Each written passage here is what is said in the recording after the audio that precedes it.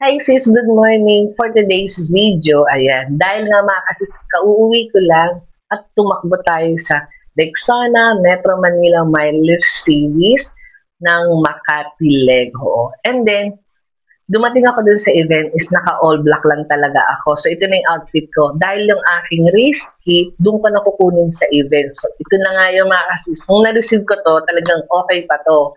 And then, yung aking singlet is walang wala nang available na size ko. So, this is a medium size. And then, ito yung aking bib number. And then, yung laman ng race kit is may kasamang Rexona at ito. So, ito lang yung laman dun sa race kit. Usually, pang-limang event ko na to o pang-limang leg na to, may kulang dun sa loob nito. Oo. So, ito lang talaga yung natanggap namin. Halos lahat. Pero yung sa ibang leg, may mga kasama pa po ito.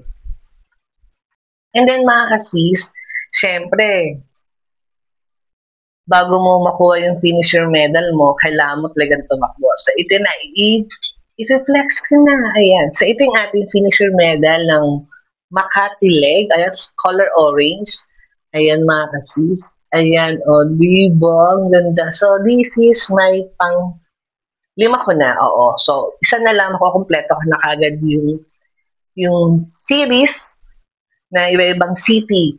And then, ito yung laman ng ating mga loot bag at yung mga freebies dun sa pinila natin sa booth. So, isa-isahin na natin, mga kasis. So, laman ng Rexona na loot bag, so ito siya. Yan. At meron nito. So, hindi to talaga nawawala sa loot bag. Laging mayroong ganito.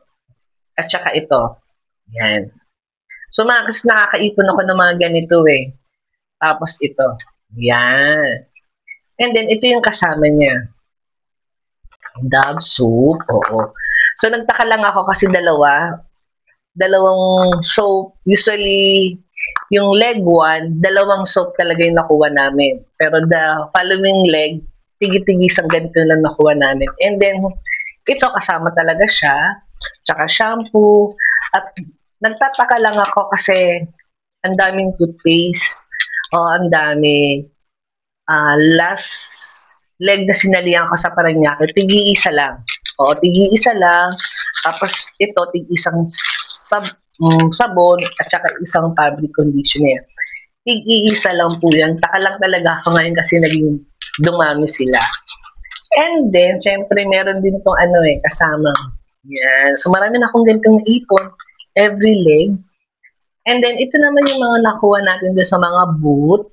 Yan. So, nakakuha tayo ng katingko. So, nagagamit namin to. Itong mga pampahid. Ayan. At saka ito yung pinakabongga sa lahat. Nasis. Ayan. So, nakakuha tayo ng medyo marami-rami ng konti. Oo.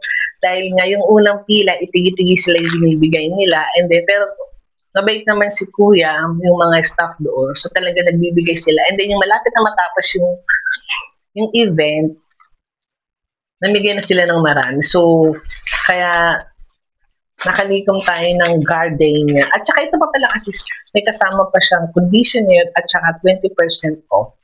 Ayan. Tapos, nakapagpa-picture rin tayo sa sing light. Hindi ko na nadala kasi naidikit ko na sa ref. So, iyan po. Ito lahat yung ating nakuha din sa event at laman ng loot bag at saka mga freebies na nakuha natin din sa event. At, i-flex ko uli yung aking finisher medal. So, magkita-kita tayo sa leg 6, Quezon City. So, yun na yung last city and then finals na. So, yun, di ba? Pang-lima ko na to. So, from 1, 2, 3, 4, 5. And then next month yung, I don't know, hindi ko matandaan kung next month o the following month, yung Quezon City. Ayan. So, yun lang mga kasis. Maraming salamat. Sinamahan niyo ako dito sa ating loot bag unboxing ng Rexona Metro Manila Mileage Series. Bye! Thank you for watching!